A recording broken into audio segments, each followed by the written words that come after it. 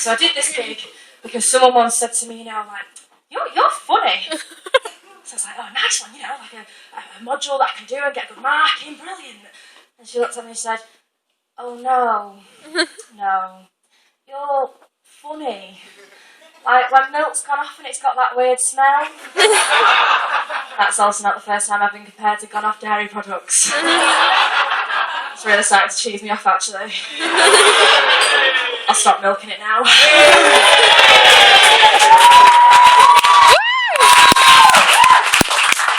So, basically, if this goes shit, I'm just going to throw up on stage. Right?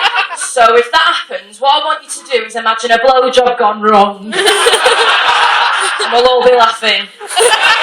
Apart from me dad. You can just come up on stage and hold my hair back. So I grew up in Salford, and I feel like it's taught me some really good vital life lessons. For example, when I was 6, in the dead of the night, my next door neighbours snuck over and took down our fence from outside our house. Gotta give it to them, at least I put the effort in. But the downfall of these criminal masterminds was the next day a fence very similar to our own was outside their house next door.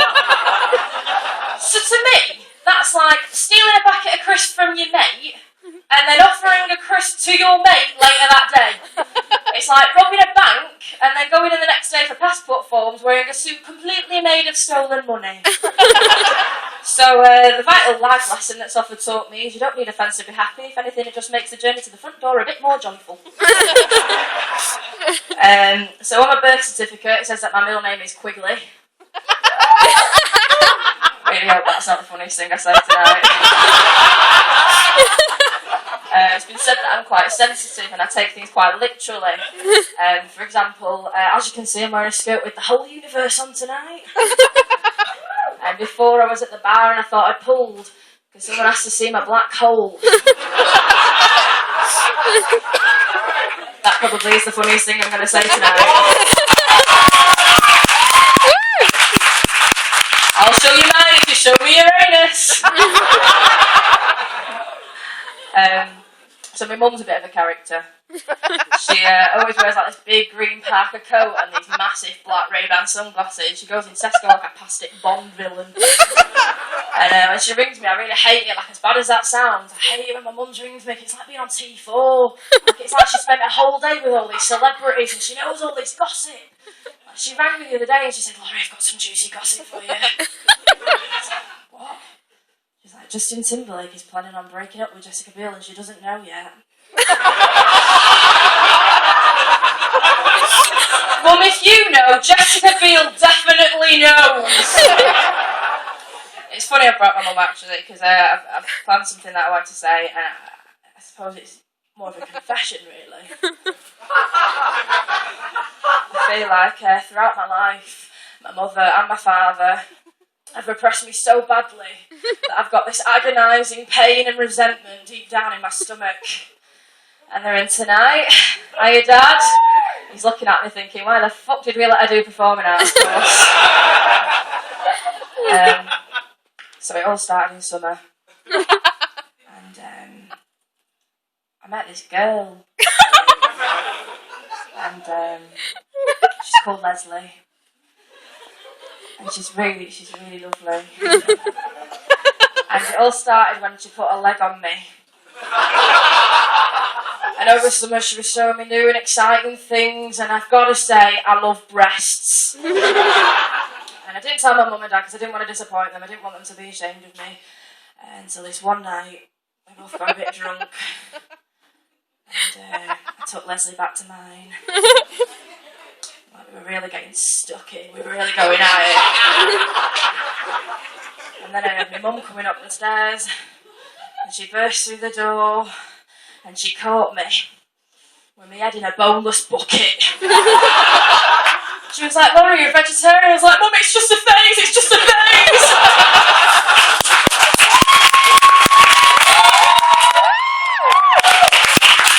Mum, I'm sorry. I'm not a vegetarian anymore. The birds just got to me. People seem to think that story's going to end a lot more erotically. No, much to my disadvantage. Not very good with the boys. I seem to put my foot in it quite a lot, which isn't attractive as it sounds. I think my biggest downfall with boys is, like, a lot of my boyfriends have, after they've broken up with me, go on to go out with emo girls. There's something in me that gets a bit boring and they want a bit of rough and ready. And so a few months ago, I thought, I'll go to this party and see what all the fuss is about. Why all my boyfriends keep going off with these little girls? So I went, and I was instantly smacked in the face with the smell of fingering. We're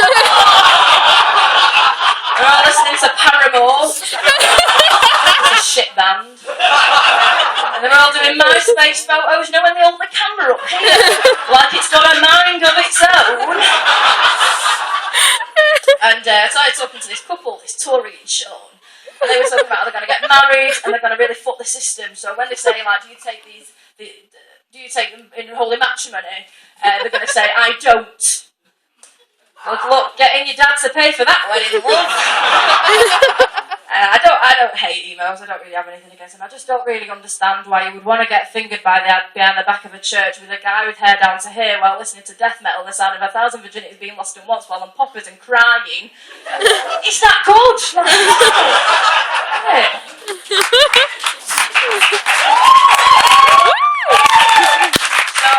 A lot of people maturing really quickly at the moment. Like, people are moving abroad, people are getting married, people are having babies. I've only just worked out to not burn salads. I went to Wales a few months ago for my friend's 21st. And it was in this big manor house, this beautiful manor house, and everyone was in couples, and they all looked beautiful, and I ate a lot of sandwiches.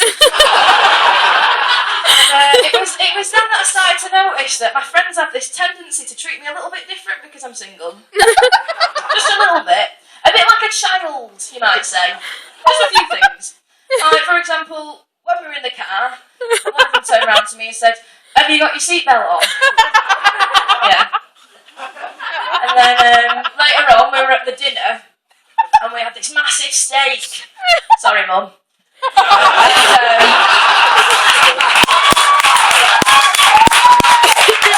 And one of my mates said to me, "Do you want me to cut it up for you?" And I let her, but it did make me look a little bit remedial. But there was one incident that really made me see my friend's opinions on my maturity. And it was, we were all sat in the car and we were all going to this petrol station for a wee. And the driver turns around to me and says, like, "Do you need to go?" I'm like, "No, I'm alright." And then the passenger turned round and looked me dead in the eye and said, "Are you sure you don't want to go for a try?" As if there was a strong possibility I was going to piss myself in the back of the car at any given moment, and I was being unreasonable.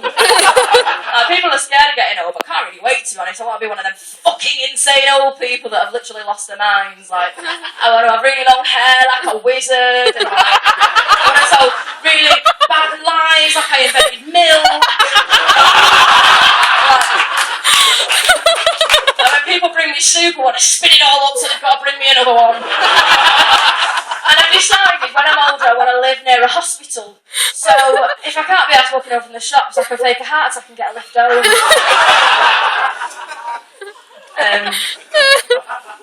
So I had this job once, and I really didn't like it. I won't say where it was. Primark. And it was like, it's really rough actually. Do you remember that game, The Lemmings? Yeah. Oh, sorry, not all of us had a PlayStation. I was the little yellow lemming with a pickaxe, and like, I'd be trundling along and I'd fall off the edge and then resurrect at the top for 3 fucking years. And it's really rough actually. Like, I feel like it changed me. I feel like I used to like helping people. I used to not really mind cleaning up after people. I used to have a soul. And the problem that I had was a lot of foreign people work in Primark, a lot of Polish people work in Primark. And the problem that I had is because I'm blonde and I've got a name like Laurie, which as we all know means lost the will to live in Polish, people assumed I wouldn't understand what they were saying. So I'd have like scally mums or two run up to me and saying, "Do you know where the knickers are?" In which I reply, "Yes, they're by the exit, along with my dignity." But there was this one ray of light that kept me going, this beautiful boy. Do do do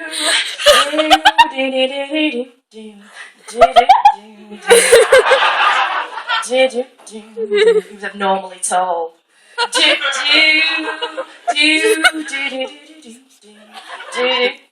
looked like it was hard for him to breathe. It looked like all of his wage had gone on heroin. This wasn't just any boy. This was the only English-speaking boy in Primark. So we had our first conversation, and he came over to me and he said, "Oh, like, I love your red lipstick. It looks dead good because you're pale." I was like, "Nice one, nice one. But the air conditioning in here makes it all congeal and it makes me look like I've eaten someone." So already it was like something out of Twilight. I was a vampire and he was, I don't know, maybe a wolf. My friend gave me some really good advice once. She said, "Laurie, you're not typically pretty." Top mate. She's not here tonight. No, you're not typically pretty, but you are quirky. So I decided to put this to use with the boys. So I found this necklace that said, "Love." A word that all women want to hear and most men only use when talking about sandwiches. So I wore this quirky necklace to work thinking that this guy would see the word love and look at me and see a massive baguette that he wanted to eat. So I see him coming over and like I'm pulling on this necklace so he'll notice it and the end of it falls off. For fuck's sake. So he's coming over to me and I'm like, "Shit, so I get on the floor, I'm trying to find this thing." And, "Laurie, are you alright?" Yeah, I'm fine. I'm starting to sweat, I'm starting to pant, I'm getting all worked up, and he's like, "No, seriously, are you okay?" I'm like, yeah, just give me 1 minute, just trying to find this thing. And I'm starting to look a bit weird now, and he's like, "No, seriously, are you alright?" It's like, "Yeah, I've just dropped an E."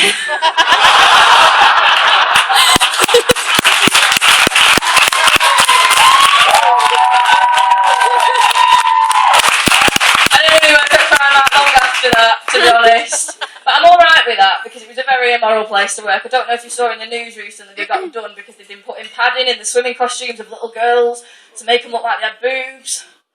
It's actually pretty subtle if you have a look. Oh no. My dad's looking at me as to say, "Why the fuck did we let her do a performing arts degree?"